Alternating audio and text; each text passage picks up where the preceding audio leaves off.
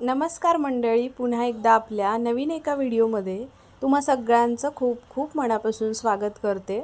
तर आज इथे एक मस्त अशी भन्नाट रेसिपी पाहतोय, जी की अगदी पटकन बनवू शकता। कोणत्याही वेळी, मधल्या वेळी असू दे, छोट्या भुकेसाठी असू दे, टिफिनसाठी असू दे, छोट्या मुलांना आवडणारी रेसिपी बनवतोय।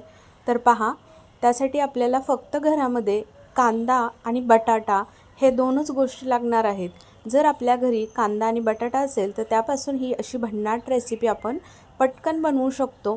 चला तर मग कोणताही वेळ न करता रेसिपीला सुरुवात करूयात। तर आपण थंबनेलला पाहिलं अगदी बरोबर आहे, मिक्सरच्या भांड्यामध्ये कांदा आणि बटाटा घालून ही रेसिपी बनवतोय। तर त्यासाठी आपल्याला इथे 2 बटाटे घ्यायचे आहेत आणि 1 कांदा घ्यायचा आहे।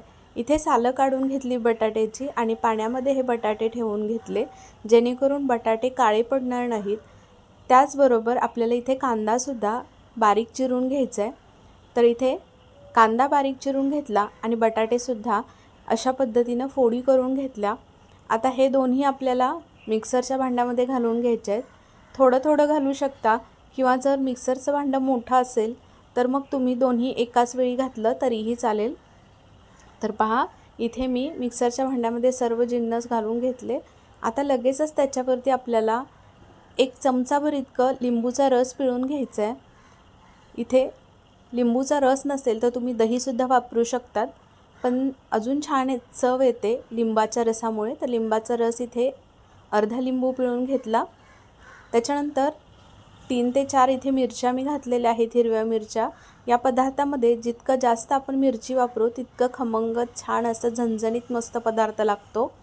सोबतच लसूण पाकळ्या घातलेल्या आहेत, आल्याचा छोटासा तुकडा घाला, लसूण पाकळ्या अर्धा घातलेल्या आहेत, कोथिंबीर घातली आणि हे छान असं मिक्सरला पाणी न घालता वाटून घ्यायचं आहे। पहा, इथे व्हिडिओत दाखवल्याप्रमाणे कलर पहा काय सुरेख आलेला आहे।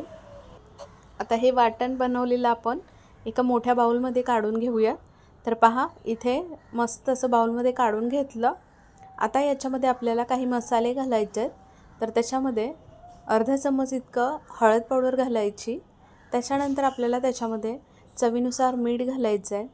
आता याच्यामध्ये पहा, आपल्याला जास्त काही एक्स्ट्रा काही घालायचं नाही आहे। तर इतकंसं घालून छान असं एक वेळा फिरवून घ्यायचं, व्यवस्थित मिक्स करून घ्यायचं।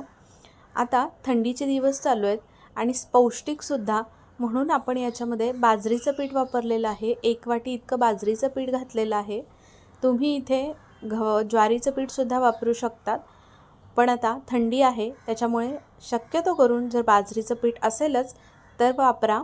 6 ते 7 दिवसाच्या पूर्वीचं असावं, म्हणजे 6 ते 7 दिवस झालेले असावे पिठाला। जास्त दिवसाचं पीठ इथे वापरू नका, कारण मग कडवट चव येते, तितकंसं मुलांनासुद्धा खायला आवडणार नाही आणि पौष्टिकसुद्धा बनवतं। त्याच्यामुळे नक्कीच तुम्ही इथे बाजरीचं पीठ असेल तर आवर्जून 8 दिवसाच्या पहिलंच वापरा। तर इथे पहा, आता छान मिक्स करून घेतलं।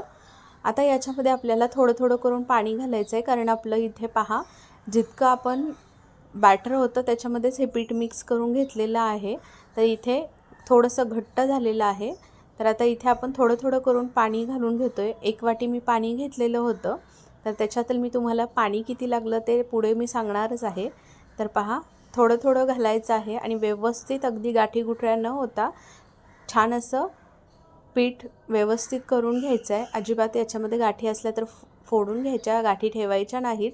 सरसरीत बॅटर तयार करून घ्यायचं आहे आपल्याला। पहा, इथे पाहू शकतात अशा पद्धतीनं बॅटर इथे तयार करून घेतलेलं आहे।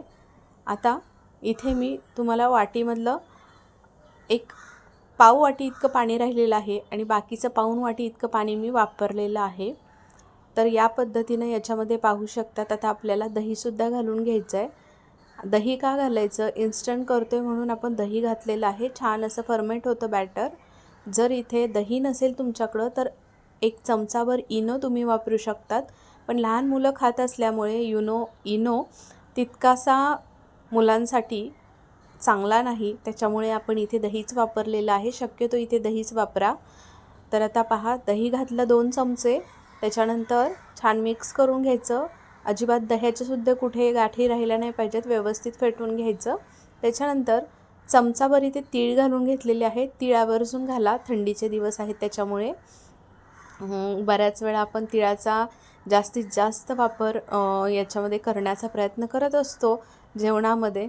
तर याच्यामध्ये तीळ घातले ना आवर्जून खरंच खूप छान चव येते आणि दाताखाली तीळ येतात तर खूप भारी लागतं खातानासुद्धा. तर आता जास्त वेळ आपल्याला इथे बॅटर ठेवायची अजिबात गरज नाही. आपण इथे सोडा, इनो काहीही वापरलेलं नाही. तर लगेच तव्याला तेल लावून घ्यायचं आणि डोश्याच्या तव्यावरती इथे पहा अशा पद्धतीनं आपल्याला हे छान असं पसरवून घ्यायचं बॅटर.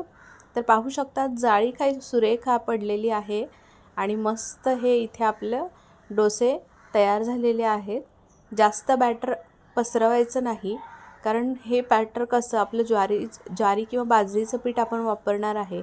आपण इथे काही आंबवलेलं नाही किंवा मग कोणताही चिकटपणा नाही आहे या पिठाला जास्त. त्यामुळे इथे पीठ जास्त पसरवून घ्यायचं नाही. हलक्या हाताने वरच्यावर थोडंसं पसरवायचं. तर पाहू शकता मीडियम गॅसवरती एक 5 ते 7 मिनटामध्ये दोन्ही बाजूनी छान असं भाजून घेतलं की अगदी छान असे इथे आपले हे डोसे तयार होतात. तर मऊसूत अगदी लहानांपासून अगदी प्रौढांपर्यंत सर्वजण खाऊ शकतील असे हे पौष्टिक मऊसूत होणारे हे डोसे तुम्हीसुद्धा बनवू शकतात. एक इथे आपण बनवून घेतला आहे, पाहू शकता कलर काय सुरेख आलेला आहे. अशा पद्धतीनं भाजून घ्यायचे. जर तुम्हाला थोडेसे कडक असं कुरकुरीत करून घ्यायचे असतील क्रिस्पी, तर त्या पद्धतीनं सुद्धा तुम्ही थोडा वेळ जास्त ठेवायचे. लो फ्लेमवरती जास्त वेळ ठेवले की छान अगदी व्यवस्थित तयार होतात. तर या तव्यावरती पहा, हा हनीकोमचा तवा आहे. याच्यावरती तुम्ही तेल टाका अगर न टाका, मस्त असे अजिबात याच्यावरती चिटकत नाहीत. कोणताही प्रकारचे डोसे तुम्ही बनवा, उत्तप्पा बनवा, काहीही बनवू शकता. अजिबात याला जास्त तेल लागत नाही आणि तवासुद्धा खूप छान आहे. त्याच्यामुळे मस्त होतात. कधीही कोणत्याही वेळी तुम्ही याच्यावरती बनवू शकता. आणि नॉनस्टिकचा नसला तर हनीकोमचा आहे, तेलसुद्धा कमी लागतं. इथे आता दुसरासुद्धा काढून घेतला. अशा पद्धतीने पहा सर्व काढून घेतले. आता तुम्हाला जर हा तवा घ्यायचा असेल, ऑर्डर करायचं असेल, तर मी याची लिंक डिस्क्रिप्शनमध्ये देऊन ठेवते किंवा प्रोडक्ट टॅग करते, तुम्ही तिथून ऑर्डर करू शकतात. तर पाहू शकता इथे मस्त असे सर्व काही आता डोसे काढून घेतलेले आहेत. तर फक्त आपण इथे पहा 1 वाटी बाजरीचं पीठ वापरलेलं होतं आणि त्याच्यामध्ये छान असे मस्त 5 ते 6 डोसे तयार झालेले आहेत. सोबत इथे चटणीसुद्धा मी बनवून घेतली होती. तर अशा पद्धतीने जर नारळाची चटणी असेल तर खूप छान लागतात किंवा मग सॉससोबतसुद्धा अतिशय भन्नाट लागतात. मायोनीज असेल, सॉस असेल, तर तुम्हीसुद्धा या पद्धतीनं बनवा आणि मुलांना नक्कीच हा पौष्टिक पदार्थ या थंडीच्या दिवसात खाऊ घाला. थंडी स्पेशल मस्त असे आपण इथे बाजरीचे डोसे बनवलेले आहेत आणि त्याचसोबतच इथे आपण त्याच्यामध्ये कांदा आणि बटाटा वापरलेला आहे. त्यामुळे खरंच खूप आवडतात मुलांना. नक्की बनवा तुम्हीसुद्धा आणि अगदी लहान भुकेसाठी, मधल्या वेळेसाठी किंवा टिफिनसाठी सुद्धा बनवू शकतात. तर कशी वाटली रेसिपी ते मला जरूर कमेंटमध्ये कळवा. रेसिपी कोणत्याही क्षणी आवडली असेल तर व्हिडिओला एक लाईक आणि सबस्क्राईब करायला विसरू नका आणि छानशी कमेंट करून सांगायलासुद्धा विसरू नका. चला मग पुन्हा उद्या भेटूयात अशाच एका छान आणि जबरदस्त रेसिपीसोबत. तोपर्यंत बाय बाय.